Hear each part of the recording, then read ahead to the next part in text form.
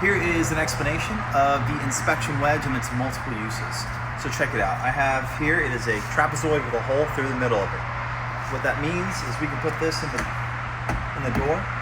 If you have a borescope or you've dropped something, you can easily now have a guide to go down into the door, and it protects the glass from being scratched from borescopes, or if you drop something down in there, you need to get to it.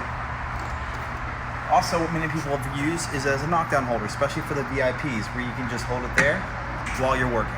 So you're pushing, and then now you don't have to search for your knockdown. It's just right there at the top of your wedge when you use it.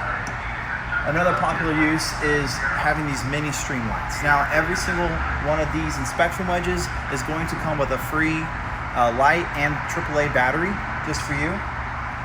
What we have here is a set screw that you can set it in. You drop it in, you use the same size hex key as the Dent light lock line, and you just give it a screw if you want to keep it in there, and boom, you're good to go. It's not going to drop out. Shove that to the door, turn it on.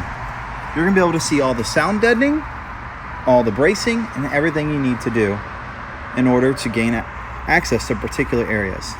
So, whether you are a PDR technician, or you are a collision tech, or you are an estimator, this is going to be something that can help you, whether you're using a borescope, holding your knockdown, or just trying to look inside a panel. This is the inspection wedge, and it's a multi-use wedge for making your life better.